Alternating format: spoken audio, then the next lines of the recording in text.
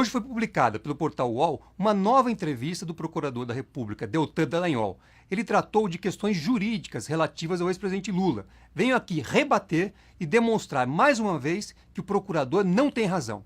Segundo o procurador, o TRF4 confirmará a condenação imposta pelo juiz Moro ao ex-presidente Lula no caso chamado Triplex. Ora, isso só poderá ocorrer se o tribunal rasgar a Constituição e as leis, o que eu não acredito. Vamos lembrar que o próprio juiz Moro reconheceu, ao julgar o recurso que interpusemos após a sentença, que o ex-presidente Lula não recebeu qualquer valor proveniente de contratos da Petrobras. O juiz também reconheceu que não conseguiu identificar qualquer ato da competência do presidente da República, o ato de ofício, que tenha sido praticado por Lula em troca de supostas vantagens indevidas.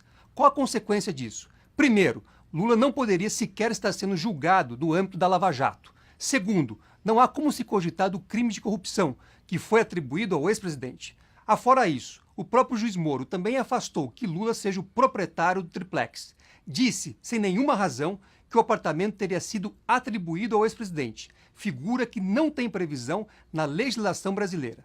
Recentemente apresentamos no processo o parecer do jurista argentino Júlio Maia, um dos grandes nomes do processo penal. E ele afirma textualmente que nem o direito internacional, nem a cultura jurídica universal reconheceriam esta sentença como aplicação justa do direito penal. É isto, tirando as convicções, a sentença não resiste a uma análise jurídica, deverá ser reformada. O procurador também usou a imprensa mais uma vez para tentar criar perante a opinião pública a ideia de que os recibos de locação que levamos ao processo no dia 21 de setembro, após a recomendação do próprio juiz Moro, seriam ideologicamente falsos. Nós já dissemos várias vezes que apresentamos esses documentos com a segurança de que eles foram emitidos pelo proprietário contemporaneamente ao pagamento dos aluguéis. Se quiserem questionar, façam uma perícia, mas não usem, uma vez mais, da convicção no lugar da realidade dos fatos e da realidade jurídica. O proprietário do imóvel não questiona que ele assinou os recibos, dando quitação à dona Marisa, que era a inquilina, na forma da lei. A lei prevê que a quitação é a prova mais plena do recebimento de valores. Até quando irão desconsiderar a lei civil? Já inventaram uma propriedade de fato que não existe.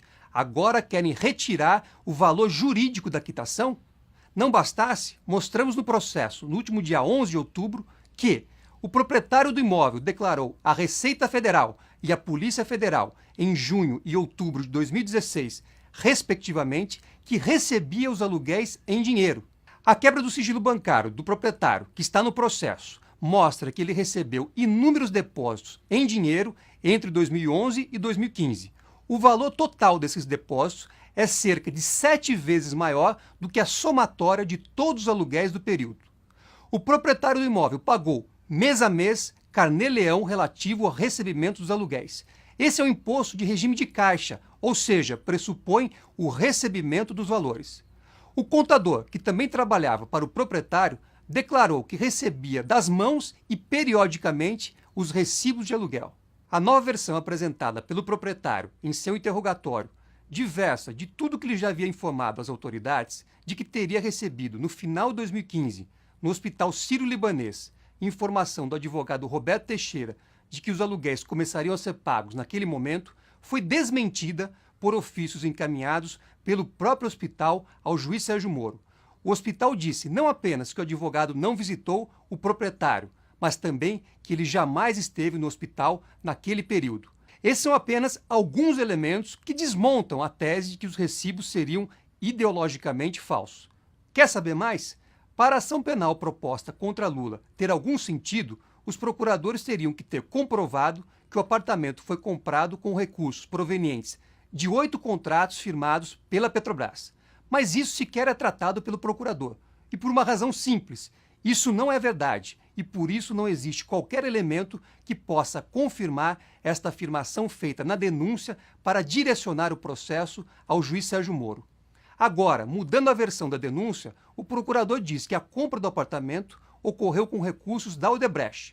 Como ele não estava presente nas audiências, eu gostaria, respeitosamente, de alertá-lo de que ninguém da Odebrecht, nem mesmo aqueles que fizeram delação com o Ministério Público, contou essa história. Aliás, também demonstramos, na manifestação do último dia 11, que os recursos usados para a compra do imóvel têm origem na baixa de investimentos do proprietário, como mostra a quebra do seu sigilo bancário. O processo penal não pode ser alimentado por convicções ou por falsas polêmicas plantadas na mídia. As provas que estão nos processos são de inocência do ex-presidente Lula e uma instância imparcial e independente irá reconhecê-las.